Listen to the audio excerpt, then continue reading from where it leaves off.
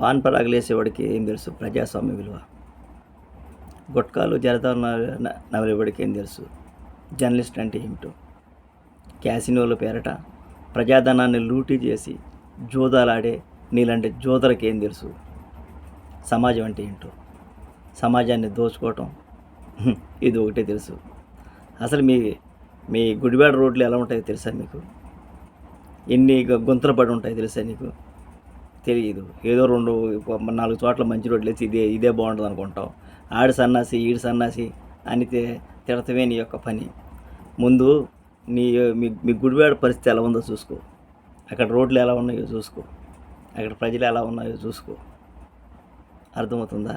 అంతేకాని జర్నలిస్టులు పట్టుకొని ఎవడెళ్ళమన్నాడు వాడెళ్ళమన్నాడు, వాడొస్తే సంపుతా వీడొస్తే సంపుతా కక్షుండే చూసుకోండి. జర్నలిస్టులు అంటే ఎవరు? జర్నలిస్టులు విధి విధానం అంటే అక్కడ పనిచేసేవాడు, వాళ్ళు చెప్పిన పని వాళ్ళు చేసుకెళ్తారు. అంటే కానీ అక్కడ రావద్దు ఇక్కడ రావటానికి నీకేం అధికారం ఉందని? అది ఎవడు బాబు గారు సోమది? జర్నలిస్ట్ అనేవాడు ప్రతి చోటకెళ్ళి వార్త కవర్ చేస్తాడు. నీ ఇష్టం ఉన్నా లేకపోయినా, సపోజ్ మామిడిగా రాసి అనుకో, దాన్ని కౌంటర్ రాసుకో నువ్వు. అంతేగాని కొడతమే అని అనుకున్నావా? ప్రజాస్వామ్యం అంటే ప్రజాస్వామ్యం అంటే కొడతాం అనుకున్నావా? ఇదేమన్నా రాక్షస పాలన ఉందా లేకపోతే రాజరిక పాలన ఉందా? ఇది ప్రజాస్వామ్య వ్యవస్థలో నీలాంటి వాళ్ళకి మాట్లాడే అర్హత లేదు. అసలుకి ఆ గుడివాడ ప్రజలకి దండం పెట్టుకోవాలి. ఎందుకంటే నీలాంటి సన్నాసిని తీసుకొచ్చి ఎమ్మెల్యే చేసినందుకు. అర్థమవుతుందండి? జర్నలిస్టులను చంపేస్తావు నువ్వు, కొట్టేస్తావా, నరికేస్తావా?